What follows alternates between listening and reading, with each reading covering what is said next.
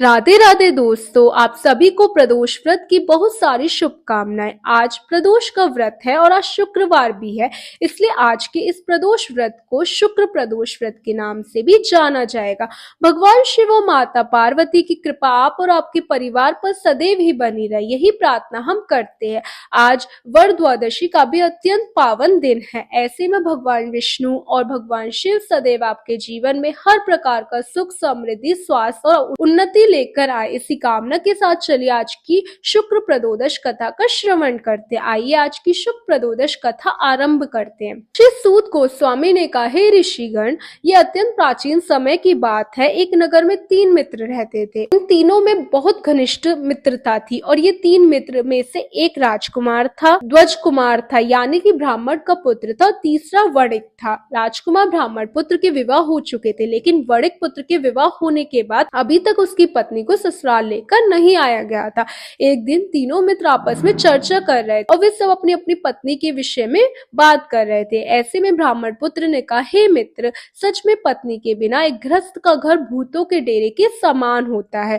जब वणिक पुत्र ने इस बात को सुना, उसी क्षण उसने विचार किया कि अब मैं भी अपनी पत्नी को अवश्य अपने घर लेकर आऊंगा। इस विचार को करके वे अपने घर गया। वहां जाकर उसने अपने माता पिता को इस विषय में कहा और उनसे आज्ञा ली। अपने पुत्र की ऐसी बातें सुनकर उसके माता पिता ने उसे सुझाव देते हुए कहा, हे पुत्र, इस समय शुक्र देवता अस्त अवस्था में, ऐसे समय में बहू बेटियों को विदा नहीं करना चाहिए और ना उन्हें लेकर आना चाहिए। इसलिए जब शुक्र का उदय हो जाए उसके बाद तू स्वयं जाकर अपनी पत्नी को ले आना। लेकिन व्यापारी का वो पुत्र नहीं माना, वो अपनी जिद पर अड़ा रहा और उसी क्षण अपनी पत्नी को लेने के लिए ससुराल में पहुंच गया। जब उसके सास ससुर ने अपने जमाता को आया हुआ देखा तो उन सब ने मिलकर उसका अच्छे से स्वागत किया। फिर उस बड़े पुत्र ने उनसे कहा कि वो अपनी पत्नी को लेने के लिए आया है। जब उसकी पत्नी के माता पिता को इस विषय में पता चला तो उन्होंने भी उस बड़े पुत्र को बहुत समझाया।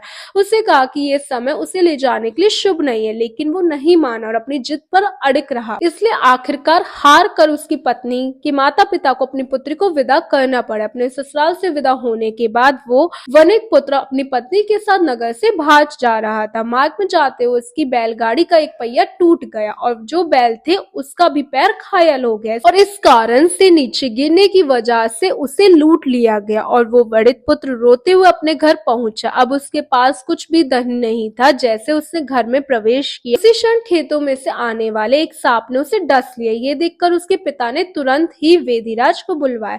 वेदिराज ने उसे औषधि का लेप तो लगाया, लेकिन उनसे यही कहा कि आपका पुत्र 3 दिन में मृत्यु को प्राप्त हो जाएगा। अब इस संपूर्ण वृत्तांत के विषय में उसके मित्र ब्राह्मण पुत्र को पता चला। उसने अपनी पत्नी को यहाँ लाकर बहुत बड़ी भूल की और इसी कारण से उसे इन सभी दुर्घटनाओं का सामना करना पड़ रहा है। अगर इन 3 दिनों से पहले उसकी पत्नी अपने ससुराल में पहुंच गई तो उसका जीवन बच सकता है।